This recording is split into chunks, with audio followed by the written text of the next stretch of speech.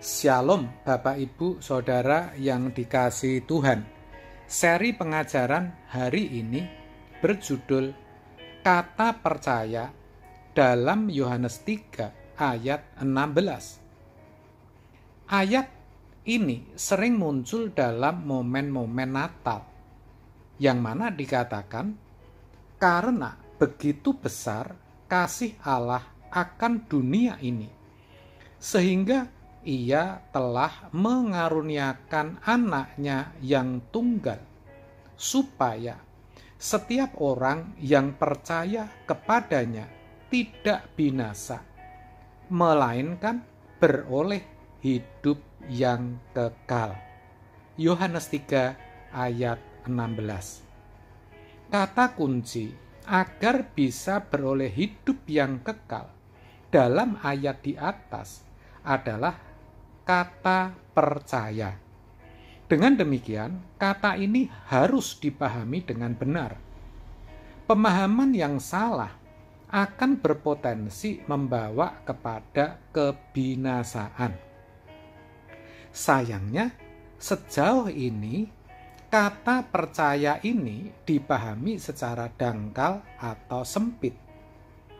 Percaya bagi kebanyakan orang Kristen dipahami ketika mereka memiliki pengetahuan tentang Kristus, tahu dan bisa menerima sejarah bahwa sekitar 2000 tahun yang lalu seorang bayi lahir dari seorang perawan.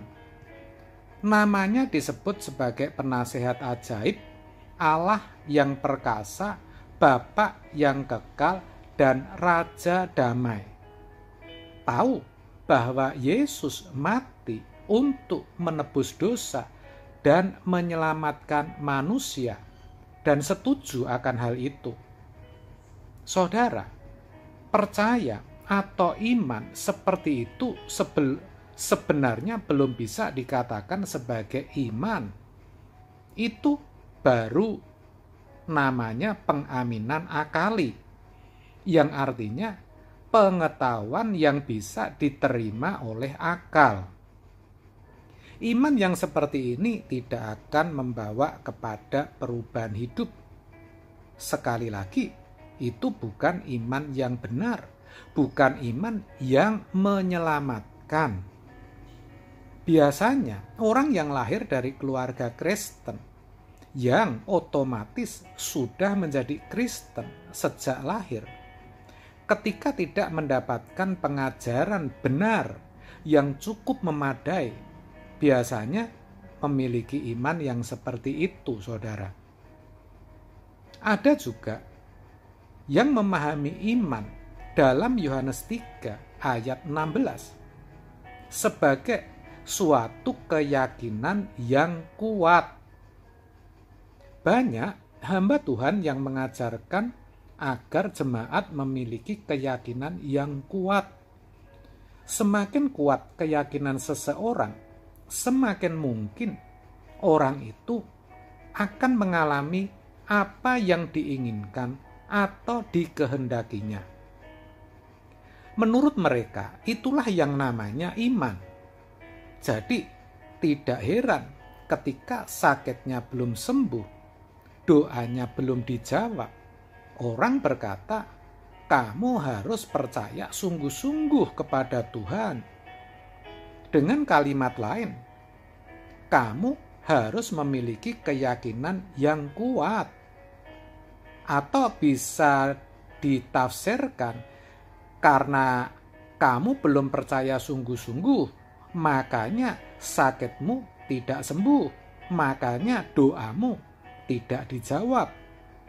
Saudara, pemahaman seperti ini sebenarnya sama dengan ajaran pikiran positif atau positive thinking, yang mana diajarkan oleh buku-buku dan para motivator. Memang, saudaraku, hal itu bisa saja terjadi. Bisa ketika benar-benar yakin hal yang diharapkan akan terjadi, akan dialami seseorang, meskipun harus diakui tidak selalu. Yang pasti, itu juga bukan pemahaman kata percaya atau iman yang benar. Saudara, kata percaya dalam Yohanes 3 ayat 16, dalam teks aslinya dipakai kata pistis atau pistewo, yang artinya mempercayakan diri kepada pribadi atau sesuatu yang dipercayai.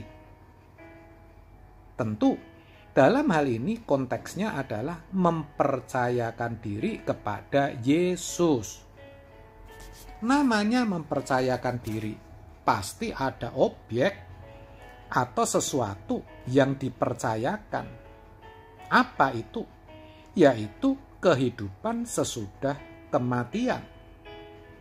Maka dalam ayat itu dikatakan supaya atau agar setiap orang yang percaya kepadanya, kepada Yesus, tidak binasa, melainkan beroleh hidup yang kekal.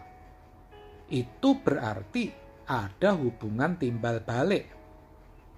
Kalau kita mempercayakan hidup kekal kita kepada Tuhan Yesus, haruslah ada tindakan.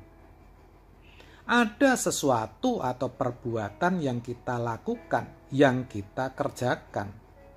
Apa itu?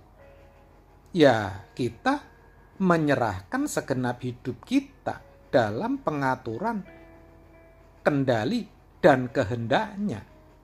Kita tidak boleh lagi melakukan yang suka-suka, apa yang kita mau, kecuali apa yang Tuhan mau kita lakukan.